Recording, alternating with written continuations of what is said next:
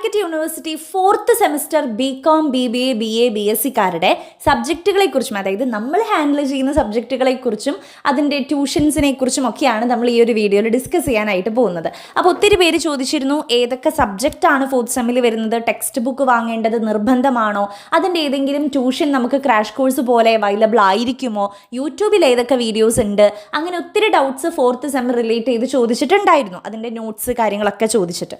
അപ്പോൾ അതിൻ്റെ ഒരു കംപ്ലീറ്റ് ആയിട്ടുള്ള എല്ലാ കാര്യങ്ങളും ക്ലിയർ ചെയ്ത് തരുന്ന ഒരു വീഡിയോ ആണ് ഇത്. അപ്പോൾ ഞാൻ ആദ്യം തന്നെ BA BSc-കാരുടെ ഒന്ന് പറഞ്ഞോട്ടെ കേട്ടോ. അവരുടെ BA BSc-യുടെ മലയാളം നമ്മുടെ യൂട്യൂബ് ചാനലിൽ ഓൾറെഡി അപ്ലോഡഡ് ആണ്. ദെൻ അവർക്ക് വരുന്ന മെയിൻ ഇംഗ്ലീഷ് എന്ന് പറയുന്നത് കലൈഡോസ്കോപ്പ് എന്ന് പറയുന്ന പുതിയൊരു സബ്ജക്റ്റാണ്. കഴിഞ്ഞ വർഷമാണ് വന്നിരിക്കുന്നത്. ആ ഒരു ഇംഗ്ലീഷ് സബ്ജക്റ്റ് ഉണ്ട് നിങ്ങൾക്ക്. അപ്പോൾ അതും നമ്മുടെ യൂട്യൂബിൽ അവൈലബിൾ ആണ്. ദെൻ ആ ഒരു സബ്ജക്റ്റിൻ്റെ ട്യൂഷൻ നമ്മൾ അറേഞ്ച് ചെയ്തിട്ടുണ്ട്. ചെറിയൊരു ഫീസിൽ നിങ്ങൾക്ക് ആ ഒരു സബ്ജക്റ്റ് ഫുള്ളായിട്ട് പഠിപ്പിച്ച് തന്ന അതിൻ്റെ റെക്കോർഡ് ക്ലാസ്സും നോട്ട്സും റിവിഷൻ, പ്രീവിയസ് ഇയറിലെ ക്വസ്റ്റ്യൻ പേപ്പർ ഡിസ്കഷൻ എല്ലാം നമ്മൾ പ്രൊവൈഡ് ചെയ്യും. എക്സാം കഴിയുന്നത് വരെ ആ ഒരു ഗൈഡൻസ് കൂടെ ഉണ്ടായിരിക്കും.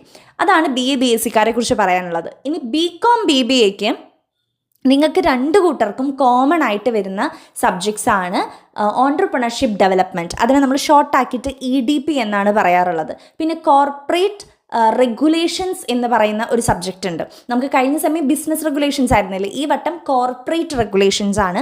അത്യാവശ്യം ടഫായിട്ടുള്ള ഒരു തിയറി സബ്ജക്റ്റ് ആണത്. പിന്നെ മൂന്നാമത്തെ സബ്ജക്റ്റ് എന്ന് പറയുന്നത് ബാങ്കിങ് ആൻഡ് ഇൻഷുറൻസ് എന്ന് പറയുന്ന ഒരു തിയറി സബ്ജക്റ്റ് ആണ്. പിന്നെ അക്കൗണ്ടിങ്ങിൽ വരുന്നത് കോസ്റ്റ് അക്കൗണ്ടിങ് ആണ് നമുക്ക് 4th സെമ്മിൽ വരുന്നത്. അതേപോലെ തന്നെ കഴിഞ്ഞ സെമ്മിൽ BNM പോലെ ഈ സെമ്മിൽ QT വരുന്നുണ്ട്. അപ്പോൾ ഈ 5 സബ്ജക്റ്റാണ്, അതായത് EDP, corporate regulations, banking and insurance, cost accounting and QT. ഈ 5 സബ്ജക്ട്സ് ആണ് നമുക്ക് 4th സെമ്മിൽ ഫോക്കസ് ചെയ്യേണ്ടത്. ഇതിൽ നിങ്ങൾ നിർബന്ധമായിട്ടും ടെക്സ്റ്റ് വാങ്ങേണ്ട 2 സബ്ജക്ട്സ് ആണ് കോർപ്പറേറ്റ് റെഗുലേഷൻസും QT. കാരണം അത് പ്രോബ്ലം പേപ്പേഴ്സ് ആണ്. അപ്പോൾ നമുക്ക് കൂടുതലായിട്ട് പ്രോബ്ലംസൊക്കെ വർക്കൗട്ട് ചെയ്യാൻ വേണ്ടിയിട്ടൊക്കെ ആ ടെക്സ്റ്റ് ബുക്കിൽ ഉണ്ട്, പ്രോബ്ലംസൊക്കെ ഉണ്ട്.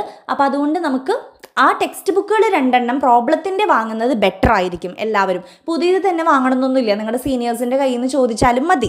അപ്പോൾ അങ്ങനെ ആ 2 ടെക്സ്റ്റ് ബുക്ക് വാങ്ങി വെക്കാനായിട്ട് ശ്രദ്ധിക്കുക. ഇനി ബാക്കി 3 തിയറി സബ്ജക്ട്സ്, ബാക്കി 3 എന്ന് പറയുന്നത് EDPയും കോർപ്പറേറ്റ് റെഗുലേഷനും പിന്നെ ബാങ്കിങ്ങും ആണ്. ഈ 3 സബ്ജക്റ്റ് നമ്മളിപ്പോൾ ട്യൂഷൻ അറേഞ്ച് ചെയ്തിട്ടുണ്ട്.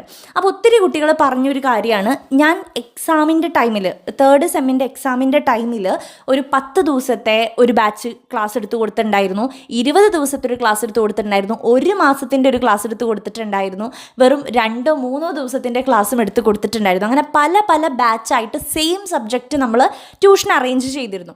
അപ്പോൾ അതിലൊക്കെ കുട്ടികൾ പറഞ്ഞ കാര്യം, ഇങ്ങനെ ട്യൂഷനുള്ളത് അറിയില്ലായിരുന്നു, ഇല്ലെങ്കിൽ 1 മാസത്തെ ക്ലാസ് അറ്റൻഡ് ചെയ്തേനായിരുന്നു, അപ്പോൾ ഇനി 4th സെമ്മിൽ എടുക്കുന്നുണ്ടെങ്കിൽ മുൻകൂട്ടി പറയണം എന്നൊക്കെ പറഞ്ഞിരുന്നു. അപ്പം നമ്മൾ ട്യൂഷനായിട്ട് അറേഞ്ച് ചെയ്യുന്നത് 3 തിയറി സബ്ജക്റ്റാണ്.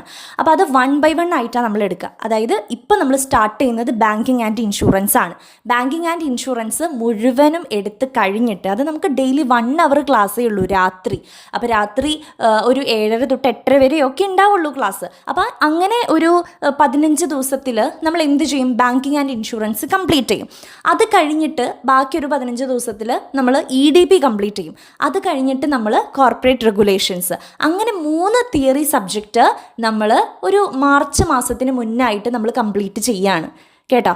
അപ്പോൾ ആ ഒരു തിയറികൾ പിന്നെ നിങ്ങൾക്ക് ടെൻഷനേ വേണ്ട. കാരണം അതിൻ്റെ ആ ഒരു ട്യൂഷന് ജോയിൻ ചെയ്യുമ്പോൾ തന്നെ നിങ്ങൾക്ക് കംപ്ലീറ്റ് അതിൻ്റെ നോട്ട്സ്, അതും ഷോർട്ടായിട്ടുള്ള നോട്ട്സും, ഇനിയിപ്പോൾ ക്ലാസ്സിൽ ജോയിൻ ചെയ്യാൻ പറ്റാത്ത കുട്ടികൾക്ക് റെക്കോർഡഡ് ക്ലാസ്സും, അത് എങ്ങനെയെല്ലാം അതിൻ്റെ ഷോർട്ട് നോട്ട്സും എല്ലാ സംഭവങ്ങളും, റിവിഷനും ക്വസ്റ്റ്യൻ പേപ്പർ ഡിസ്കഷനും ഒക്കെ അതിൽ ഇൻക്ലൂഡഡ് ആയിരിക്കും, നമ്മളെല്ലായ്പ്പോഴും ട്യൂഷൻ എടുക്കുന്നത് പോലെ തന്നെ.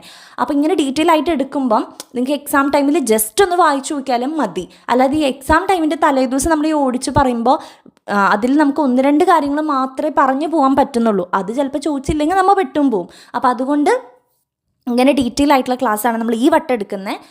ലാസ്റ്റ് ടൈമിൽ ചിലപ്പോൾ 1-2 ദിവസത്തിൻ്റെ ക്ലാസ് ഒന്നും ഉണ്ടാവില്ലായിരിക്കാം. അപ്പോൾ അതുകൊണ്ട് ഇങ്ങനെ ഡീറ്റെയിൽ ആയിട്ടുള്ള ക്ലാസ്സാണ് നമ്മൾ 4th സെമ്മിൽ കൊടുക്കുന്നത്. ഡീറ്റെയിൽ എന്ന് പറയുമ്പോൾ നമ്മൾ 6 മാസം കൊണ്ടാണ് നിങ്ങൾക്ക് ഒരു സബ്ജക്റ്റ് കംപ്ലീറ്റ് ചെയ്യുന്നത്. അതാണ് നമ്മൾ 15 ദിവസം കൊണ്ട് കംപ്ലീറ്റ് ചെയ്യുന്നത്, ഡെയിലി 1 hour വെച്ചിട്ട്. അപ്പോൾ അത്രയേ ഉള്ളൂ സംഭവം. അപ്പോൾ അങ്ങനെ നമ്മൾ അത്രയും സിംപ്ലിഫൈ ആക്കിയിട്ടാണ് ആ 3 സബ്ജക്റ്റ് നിങ്ങളിലേക്ക് എത്തിക്കാനായിട്ട് പോകുന്നത്. അപ്പോൾ 3 തിയറി നമ്മൾ ക്രിസ്റ്റോക്സിൻ്റെ ട്യൂഷനിലൂടെ പ്രൊവൈഡ് ചെയ്യുന്നുണ്ട്. ദെൻ നമ്മുടെ പ്രോബ്ലം പേപ്പേഴ്സ് 2 നമ്മൾ കൊടുക്കുന്നില്ല, പക്ഷെ അതിൻ്റെ തിയറീസ് കാര്യങ്ങളൊക്കെ നമ്മുടെ യൂട്യൂബ് ചാനൽ ഓൾറെഡി അവൈലബിൾ ആണ്.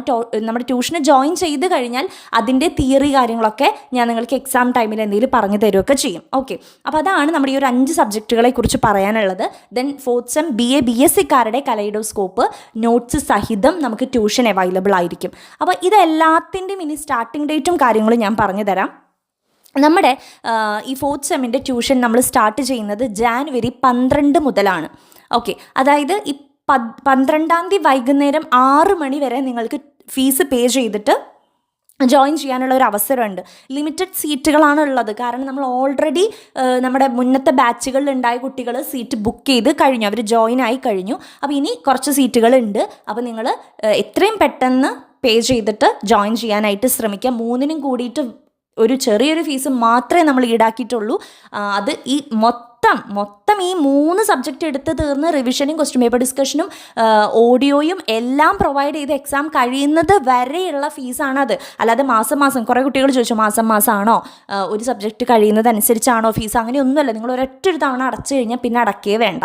അപ്പോൾ നമ്മുടെ ക്രിസ്റ്റോക്സിൻ്റെ സ്പെഷ്യാലിറ്റി ട്യൂഷൻ്റെ അത് തന്നെയാണ്, ചെറിയൊരു ഫീസ് മാത്രമേ ഞാൻ ഈടാക്കാറുള്ളൂ. അപ്പോൾ അതുകൊണ്ട് അതിൻ്റെ ഡീറ്റെയിൽസ് എങ്ങനെ പേ ചെയ്യണം, ഏത് നമ്പറിലേക്കാണ്, അതിൻ്റെ ഡീറ്റെയിൽസ് ഒക്കെ അറിയാനായിട്ട് താഴെ കൊടുത്തിട്ടുള്ള സ്ക്രീനിൽ കൊടുത്തിട്ടുള്ള നമ്പറിലേക്ക് നിങ്ങളൊന്ന് ഒരു ഹായ് അയച്ചു കഴിഞ്ഞാൽ നിങ്ങൾക്ക് അതിൻ്റെ ഫുൾ ഡീറ്റെയിൽസ് വരും.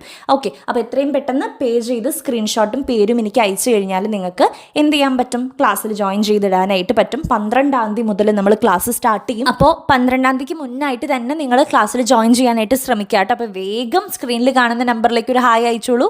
ബാക്കി ഡീറ്റെയിൽസ് നിങ്ങൾക്ക് അവിടെ നിന്ന് ലഭിക്കുന്നതായിരിക്കും. Notes, record class, simple notes, revision, question paper discussion എല്ലാം നമ്മൾ ഈ ഒരു മാർച്ചിന് മുന്നേ 3 തിയറി നമ്മൾ സെറ്റാക്കി തരുന്നതായിരിക്കും. Okay, so all the very best. Thank you.